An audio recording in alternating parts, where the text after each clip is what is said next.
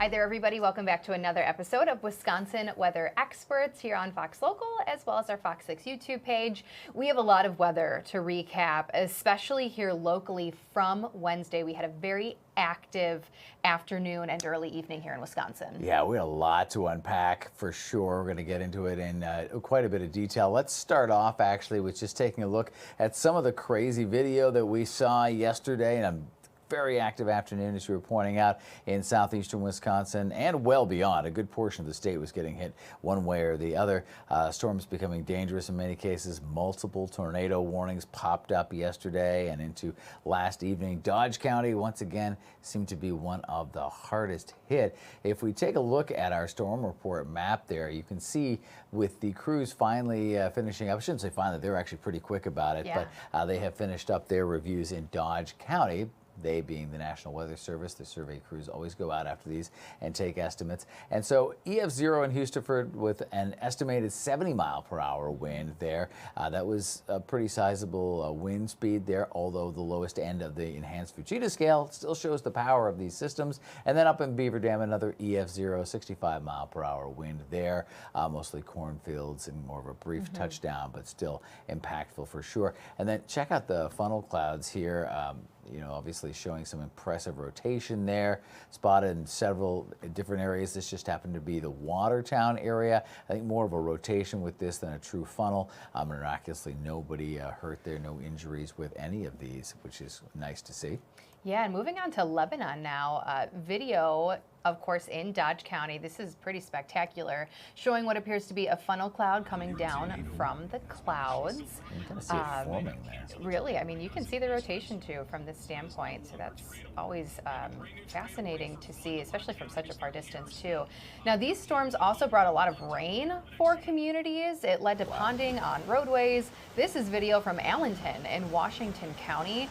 Not advised to drive through standing water. We always say turn around, don't drown. So those spots, I mean, parts of Washington, especially Sheboygan County and into Fond du Lac County, some spots saw 2 to 3 inches worth of rainfall. Yeah, essentially anything north of Highway 33 saw 1.5 inches to 4.5, 5 inches worth of rain. Some parts of Manitowoc County got 5+ inches worth of rain. So a very busy day yesterday. And of course, in amongst all of that, covering it along with meteorologist Holly Baker was our very own chief meteorologist Tom Walks. Busy day yesterday. Tom, you join us live from a much calmer backyard this afternoon.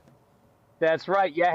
Hey guys, good to be with you. Yeah, what a wild day yesterday. I mean, and we went from 0 to tornado warning very quickly, right? So we didn't have many severe thunderstorm warnings in between. So it was pretty instant. Kind of wanted to give you a behind the scenes, right, of what was going on. So Rob, you stayed late yesterday. I came in early and Holly was there throughout. And it was not long, Rob, after you left, I'm kind of getting the forecast ready because we still have to get all of our ducks in a row, so to speak, for the evening newscast. Yeah, the day-to-day newscast still have to go on, right? Yeah.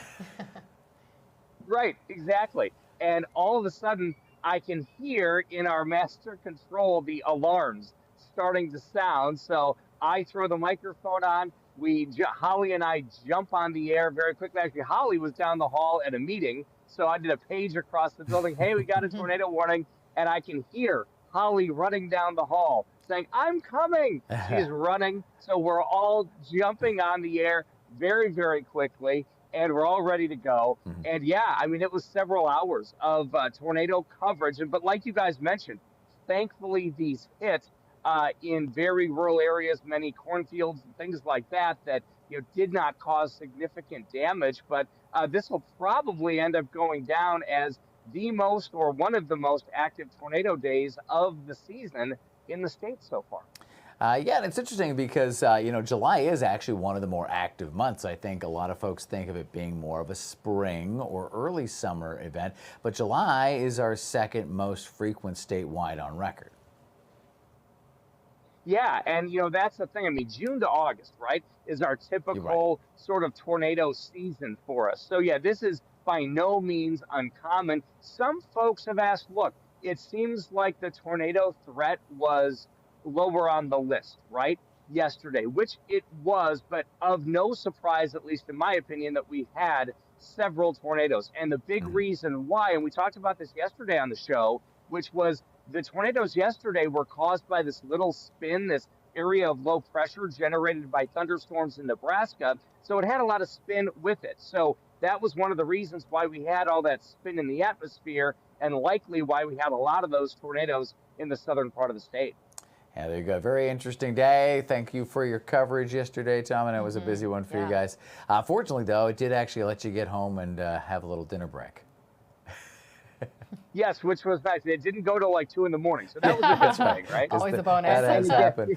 All right, thanks, Tom. And another great bonus for all of our coverage yesterday was our viewers. They always send amazing video and pictures. We've got a few here to share. Yeah, let's start off in Dodgeville. This was from Nick looking east. This is an incredible viewer photo of potential tornado. Not sure we've gotten the stats on that just yet from the National Weather Service, but still absolutely looks like it's reached the ground. Right. And then Beaver Dam, we did have that confirmed tornado in Beaver Dam. This is from Martin, another great shot. And moving right along, Sheboygan, this is actually waterspout. We received a handful of pictures of waterspouts out over Lake Michigan from this area. So Kevin, shout out to you. Just pretty incredible stuff. And then I think Tom had actually put this together too, a map of all the tornado warnings, which really just puts it into perspective how quickly they strengthened and how they continued to move off towards the east. Right, you can pretty clearly see the path there from southwest to northeast, kind of marching across. And that waterspout is interesting because that's the other way waterspouts form, right? We talk about waterspouts sometimes with cold air coming over the lakes and things like that in a different setup completely when you get those kind of independently forming waterspouts. These waterspouts were connected obviously to the thunderstorms, but similar phenomenon and obviously fascinating. This map's fascinating too, the storm reports. It is, let's kick off regional weather for you here. And this is from across the Great Lakes region. So you can see there are plenty of storm reports. A lot of the tornado reports and funnel cloud reports were in our area, but elsewhere across the upper plains as well as Great Lakes region. In fact, even down to Illinois and parts of Indiana, a lot of rain reports, a lot of flooding reports, and some wind damage. So thankfully right now we are much quieter. That system has now slid towards the south, and there is still plenty of activity along the east coast right now. We are in the quiet spot actually, despite being overcast at the moment. We will eventually see some sunshine, but this is the quiet spot, the upper plains and then out towards the west. Still watching this low pressure system along the Gulf Coast right now. It is not tropical, but it is bringing essentially tropical type of rain to parts of the Gulf Coast at the moment. Now with that frontal boundary now down towards the south, there is a severe threat today in that vicinity. Looks like most spots are just under that marginal risk. So there is a slight across New England states and then as well as out towards the west, kind of behind that high pressure system. There's an area of low pressure that could potentially late in the day bring in some thunderstorm activity. Now zooming into our area, our state, I know we're just waiting for the sun, right? It's a completely different day today across Wisconsin. We are much cooler, and we're talking over 20 degrees cooler than this time yesterday, and we have extensive cloud cover here in central and southern parts of the state. Even up towards the north, partly sunny conditions. So satellite makes it look like it's cleared out towards the west. Not quite. Just goes to show it's going to take a little bit of time before we see sunshine in southern parts of the state. This is out towards the west near Eau Claire. This is Altoona. So you can see it's really just a few pockets of sunshine from area to area, not completely clearing out just yet. So we will eventually see a little bit in the way of sunshine, but the better chance for that is actually going to be tomorrow. Thankfully, though, we are storm and rain free the next couple of days. That being said, I know those of you towards the south, including Milwaukee, we need more rain. We didn't get a ton with yesterday's system that really favored our western and northern communities. So we're thankful we didn't see the severe weather, but we could use a little bit more rain. The next chance for that's going to be Saturday. So we'll clear things out overnight tonight. Good sunshine throughout the day on Friday. We will eventually have more cloud cover late in the day Friday with rain showers returning to northern Wisconsin. Our better chance for storms really across the state is going to be late Friday night into the first half of Saturday. We could see this complex of thunderstorms developing out west, pushing through Madison and eventually Milwaukee through your mid to late morning hours until about your noon hour. Can't rule out a few more isolated thunderstorms developing across the state then Saturday afternoon and evening. But at this point, I do think the morning brings a somewhat better chance for some showers and some thunderstorms. Now let's talk temperatures though, because that really is a huge deal for today. You can tell the spots that are eventually going to be sunny, the quiet spots that are quite a bit colder today or cooler today. A lot of spots are going to see upper 60s to low 70s across the Upper Plains and Great Lakes region, and all the heat pushed down towards the south. Still a lot of 90s, especially up and down the East Coast, where it has been very hot lately. So that continues for today. Temperatures closer to Wisconsin, low 70s. This is well below our seasonal average, which is in the low 80s. I would say just enjoy it though, because we are eventually going to heat back up. In fact, we could see 90s as we look ahead to early next week. This is a look at your temperature trend here in the long range. You can tell today is going to be our coolest day, but then we're gradually going to climb back to 70s and 80s heading on into the weekend. And then there's those temperatures early next week. I mean, we could see 90 by next Tuesday. So just consider today refreshing and know that, oh, that summer heat, it's not going anywhere. Yeah, if you really want it, it's going to come back. It absolutely We're not is. done summer. Don't break out the hoodies and break out the pumpkin spice lattes just yet. We're going to take you over to Iceland right now. Volcanic eruption in Iceland has once again forced the evacuation of residents there, and the internationally known Blue Lagoon geothermal spa. Everybody knows that one, right? The eruption began yesterday following an intense series of earthquakes. Crews evacuated 100 people from a campsite in the area and the Blue Lagoon. Investigators say lava from a fissure continues to flow, but isn't threatening any infrastructure at this point. Good news. And then speaking of earthquakes, 7.3 magnitude earthquake off the coast of Alaska yesterday prompted tsunami warnings for the state. Tourists and residents in Seward were told to get to higher ground out of an abundance of caution. The tsunami warning was later downgraded and then eventually canceled. The large quake struck just south of Sand Point, but it could be felt as far away as Anchorage, which is 600 miles away. So pretty impressive. I mean, that's a 7.3. There were no immediate reports of damage. And then off to talk about lightning. And this is something that sometimes gets not enough respect. Let's leave it at that. One man is dead. 13 others are injured because of a lightning strike. He was hit by lightning in a southern New Jersey archery range. It happened at the Black Knight Bow Enders archery range in the Jackson Township on Wednesday night. Police say the area had a thunderstorm warning, so there were warnings to be careful. They say a 61-year-old man died. Some of the 13 people injured suffered burns from the strike. The victims' ages ranged from 7 to 61. Wow. They were taken to local hospitals. A member of the archery club witnessed the strike and describes the scene. It's the loudest thing I ever heard. I was one of the 5 people that were coaching on the line, and thank God I stepped away to go get a trophy from the car, so I was maybe 20 feet away when it struck, but it was the loudest thing I've ever heard in my life. And then you could hear things coming out of the trees, and obviously didn't panic. You know, parents screaming, kids on the ground. You know, it was scary.